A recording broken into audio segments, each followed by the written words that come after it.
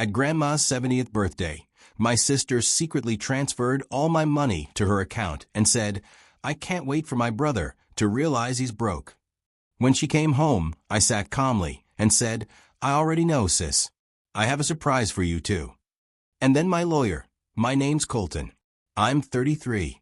I own a small roadside motel off Highway 17.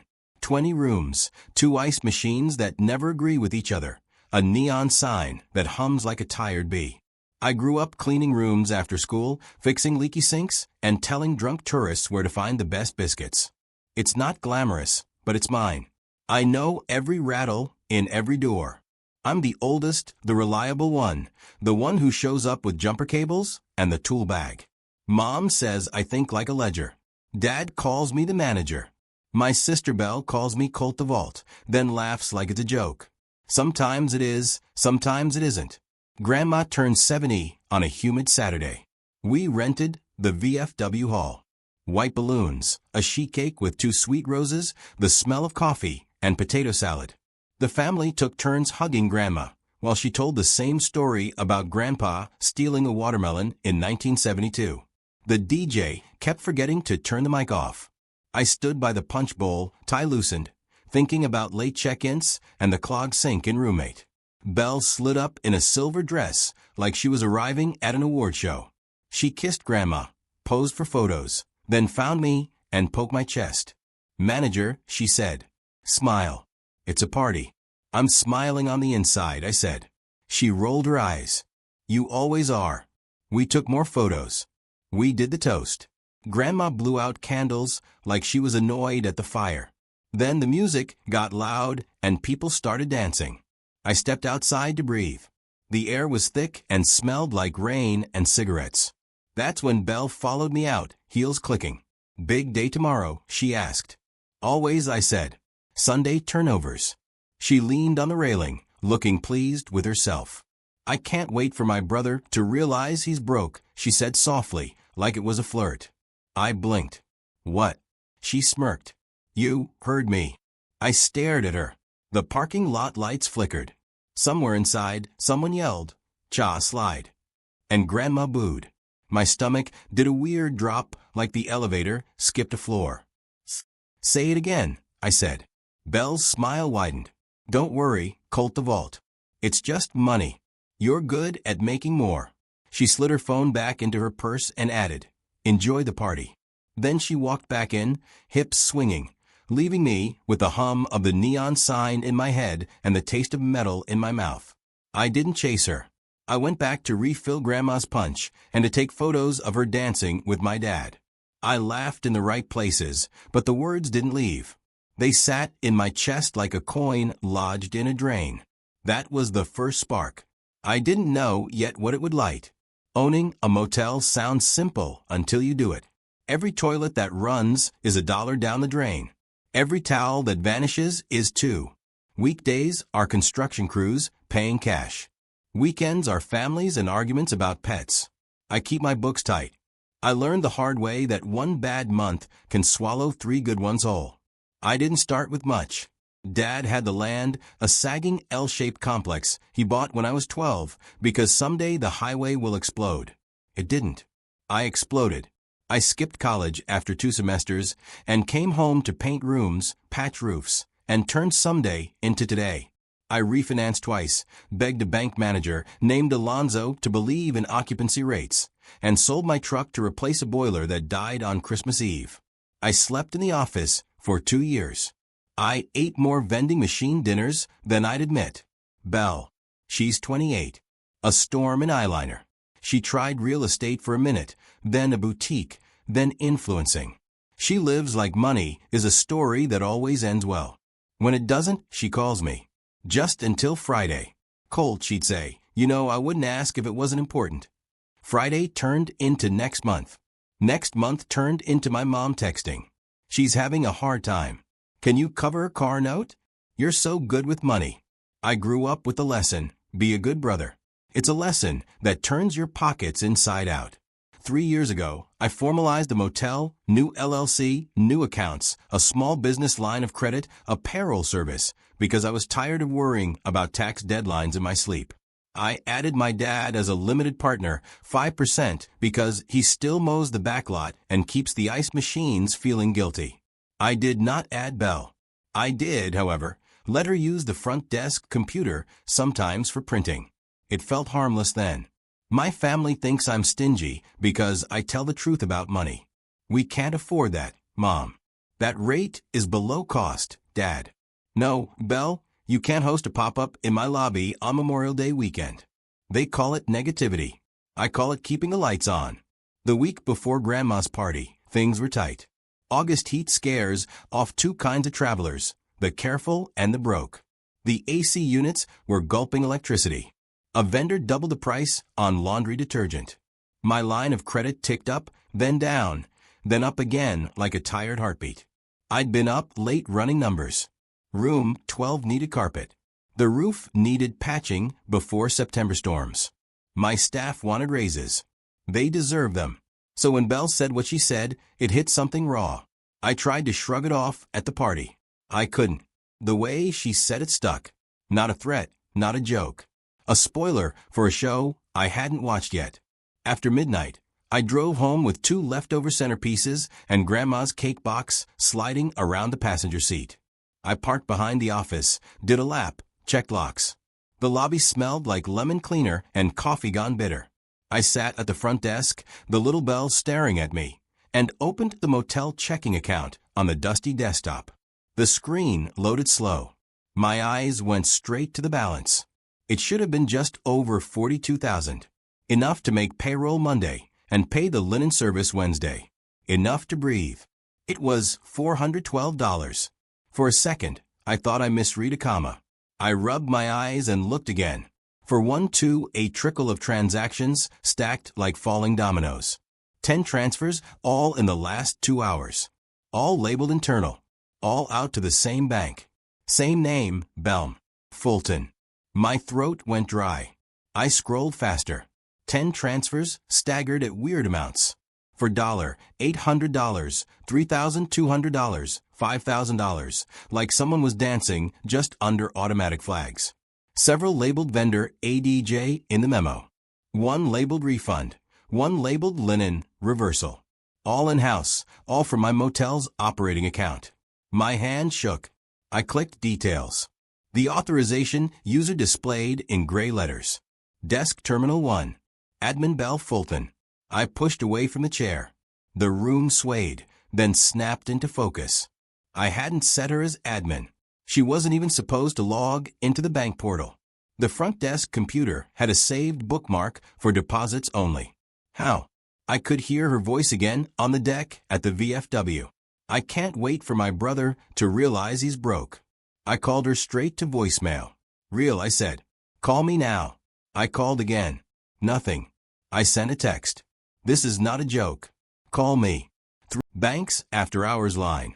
A man with a kind voice told me he couldn't reverse online transfers until morning, but he could mark the account for fraud review. He said the word internal like it tasted bad. He locked the portal. He said, come in at 9 o'clock with ID. I said, I'd be there at 8. Then I called my mother. She answered on the third ring breathless. Don't yell, she said immediately. I haven't said anything. You sound like yelling. Where is Belle? Sleeping, I imagine. It's late. Colton. She stole from me.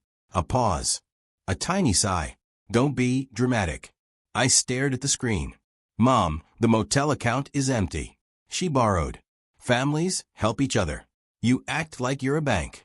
I am a business. You always make it about business. I let the silence stretch. Finally, she whispered. She said you locked her out of your life. So she did what she had to do. What she had to do. I repeated. Mom, payroll is Monday. I have 13 people who expect checks. My mother's voice tightened. Why do you have so many employees? Because I run a motel. Belle said you'd make it back in a week. You always do. You're talented. My chest burned. I hung up before I said the thing that would end us. I stared at the ceiling tiles until a small brown stain looked like a hole. At 2 a.m., my night clerk, Miguel, knocked on the office door, holding a lukewarm coffee. You good, boss? I swallowed. Go home, Miguel. I've got it. He left the coffee, anyway. I pulled the chair back, opened a blank spreadsheet, and started listing names, staff, vendors, dates. I wrote Monday, payroll in all caps. I wrote Wednesday, linens. I wrote Thursday, utilities. Then I wrote bell, and circled it twice. Morning would come, so would guests checking out, a bus full of retirees, and a couple complaining that the AC in room 3 smells like rain. Life wasn't going to pause because my sister wanted to play entrepreneur with my ledger.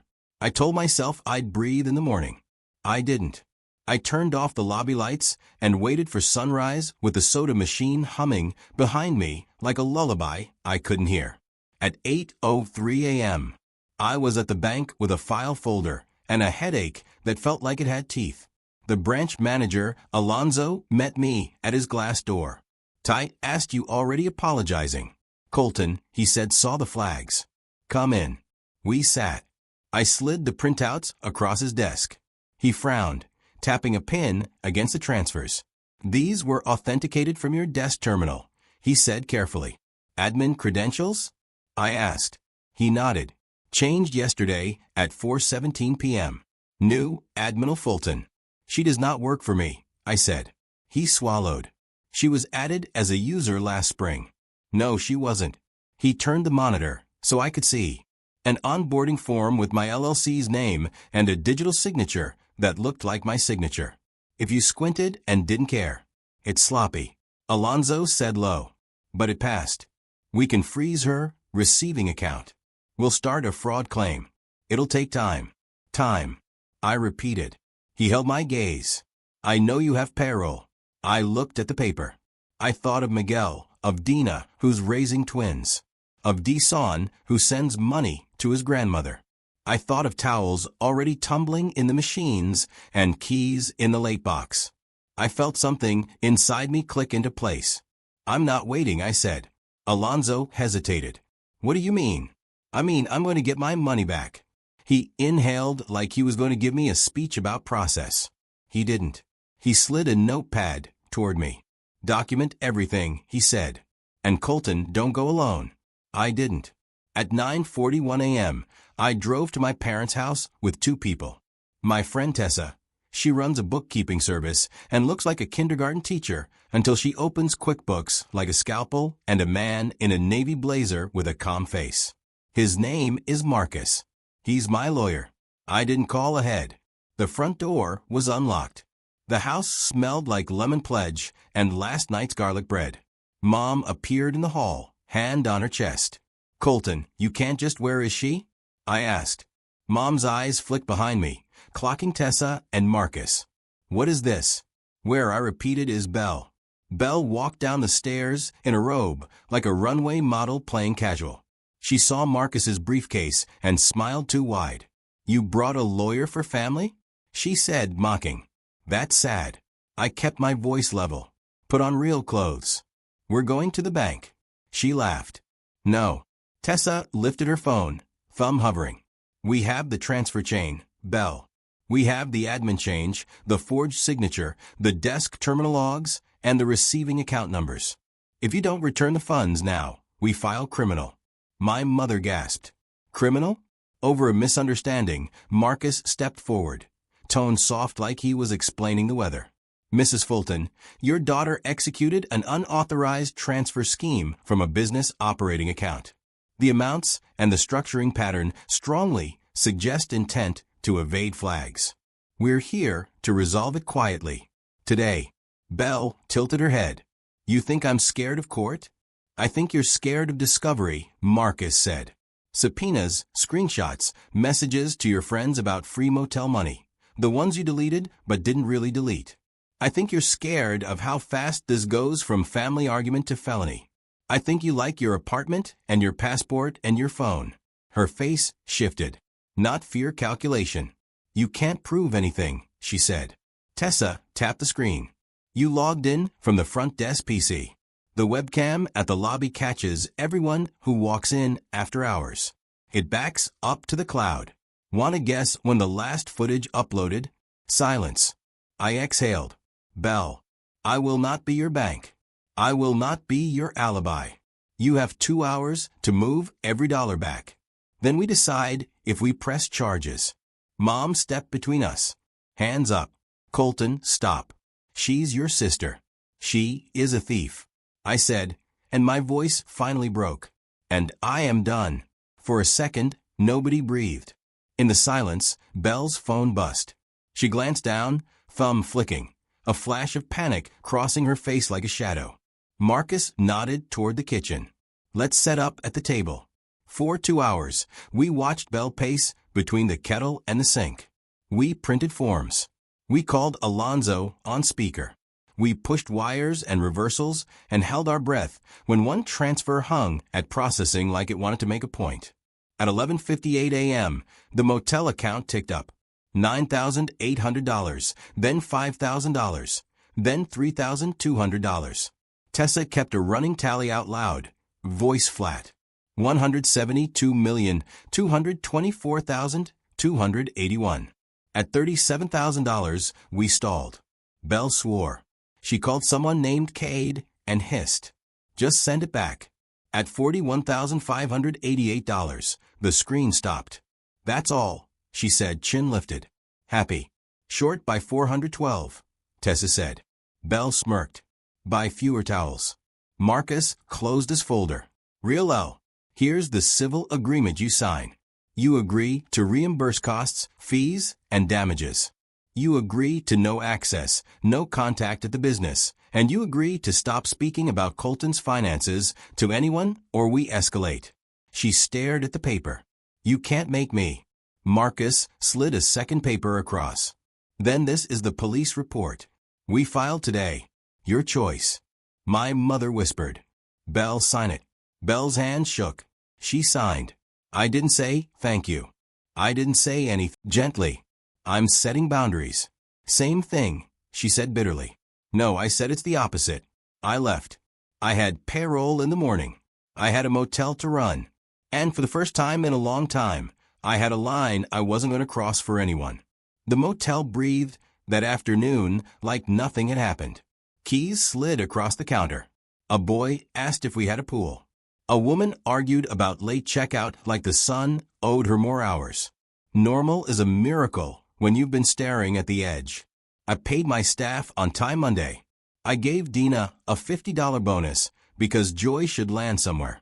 I stopped in every room with a screwdriver I didn't need just to feel the routine in my hands. The soda machine hummed less like a threat. At lunch, I printed the new policy sheet. Effective immediately, no non-staff computer use. Lobby doors lock at 10 o'clock. Passwords rotate weekly. Cameras backed up on 2 clouds. Tessa helped me set up alerts that would scream in my pocket if a $10 variance tried to leave the account. Then I cleaned house, not people, patterns. I blocked Belle's number. I left my mother's on silent. I texted my father. Coffee Wednesday, just us. He replied with a thumbs up and a picture of a screw he found in the parking lot like he'd captured a bandit. In the quiet, the group chat did what group chats do. My aunt posted a long message about family hardship and forgiveness. A cousin wrote, "Money comes and goes, bro," as if he'd solved economics. Belle posted a story with a Bible verse about not judging, followed by a selfie with the caption, "Staying positive." I didn't respond. Tessa sent me a screenshot of Belle asking a friend if slander counted, if it was technically true. We added it to the folder. Marcus filed the civil agreement with a fancy stamp. He set reminders for the reimbursement plan like clock chimes. He sent me a list of words to use if anyone tried to make this my fault. Boundary, harm, restitution. Big words that felt like locks I could hold. That week, the motel felt lighter. Or maybe I did. Miguel told me a joke about a raccoon that I laughed at too hard. I fixed a hinge by listening to it instead of muzzling it. I slept. Real sleep. The kind where the neon hum is a lullaby, not a warning. Wednesday, Dad came by in his work boots and Sunday hat. He held the screw like evidence. Found this near the ice machine, he said. One of the bad ones, I said. He nodded. We stood by the soda machine until he cleared his throat. Your mother says you embarrassed your sister, he said. I saved my staff's paychecks, I said. He looked at the floor. She says you brought a lawyer into her house. I brought a door that never slams, I said. That's what lawyers are. He turned the screw in his hand. Your grandpa would have thrown her out the window. I used a window with hinges, I said. He glanced up. The corner of his mouth moved. Your grandma wants to see you. I'll bring cake, I said. He put the screw in his pocket, like a medal. You did right, he said quietly. It was the first time I'd heard out loud. On Friday, Belle tried a new angle. A long email arrived with the subject line, "Let's talk like adults." It was written like a press release, and a cry for help had a baby. She said she only took what was owed from years of me gatekeeping the family money. She said she was building something. She said I humiliated her in front of Mom. She said I was obsessed with control. She said Dad prefers her. She said Grandma always liked me because I act old. She said everything except I'm sorry. Marcus read it and replied with 4 sentences. All further communication regarding this matter goes through counsel. For the signed agreement, defamatory statements will trigger immediate action. Do not contact my client directly. Then he added a smiley face in his draft and deleted it before sending. We're not that petty. Not on paper. Still, I felt it. The anger, the old training, the part of me that wanted to fix the feeling in her voice, the temperature in our mother's kitchen, the version of me in their heads. That part has muscles. It lifts heavy things that aren't mine. I let it sit. I worked. I changed sheets in room 7, while the local radio DJ talked about a lost dog named Bingo with a distinguishing ear. I laughed alone and felt okay about that. Sunday, Grandma called the motel like she was ordering a pizza. Bring your bones over, she said. I baked the good biscuits. I went. She's 70 and sharp, her hair white as the inside of a seashell. She poured coffee and watched me like I was a TV show she likes but doesn't trust. Your mama cried, she said. I know, I said. Your sister shredded, she said. I know you stood up, she said. I did. She nodded once. Good. We ate biscuits. She asked about the AC in room 3. I told her it smelled like rain. She grinned. I liked the smell of rain. When I left, she pressed a small envelope into my hand. For the neon sign, she said, it's 1 letter away from pretty. I opened it in the truck. $200 and a note. You're not broke. You're rich in spine. I laughed. I cried. Both felt like heat leaving. By month's end, things settled into a new normal. Business picked up with the cooler nights. A traveling softball team left the lobby sticky with victory. Deshaun managed to talk an AC into behaving by patting it like a horse. I replaced the O in motel with a brighter bulb, and Grandma said it looked like it was smiling. Belle kept trying to turn the story into a lesson about me. People with nothing to say love writing your motives for you. My aunt called to say family holidays would be awkward if I insisted on making legal things a personality. I said I'll bring my personality and a pie. She hung up. One night, a familiar car rolled slow past the lobby. Riel windows down, music loud. She didn't stop. She just looked in like the motel owed her a flinch. I didn't flinch. I turned the no vacancy sign on even though we had 2 rooms left. Some things you do for the feeling. The next morning, 2 envelopes arrived. One from Marcus. The first reimbursement installment. Certified check. Exactly on time. One from Alonzo. Bank credit for fraud fees reversed. Apology letter, hand signed. I put the check in the safe. I pinned the apology on the corkboard by the coffee machine where only I would see it. It looked like a small flag. I expected to feel triumphant. I felt steady. That's better. I sat in the office, door cracked, listening to the lobby. A kid asked Miguel if ghosts lived here. Miguel said, only the good ones.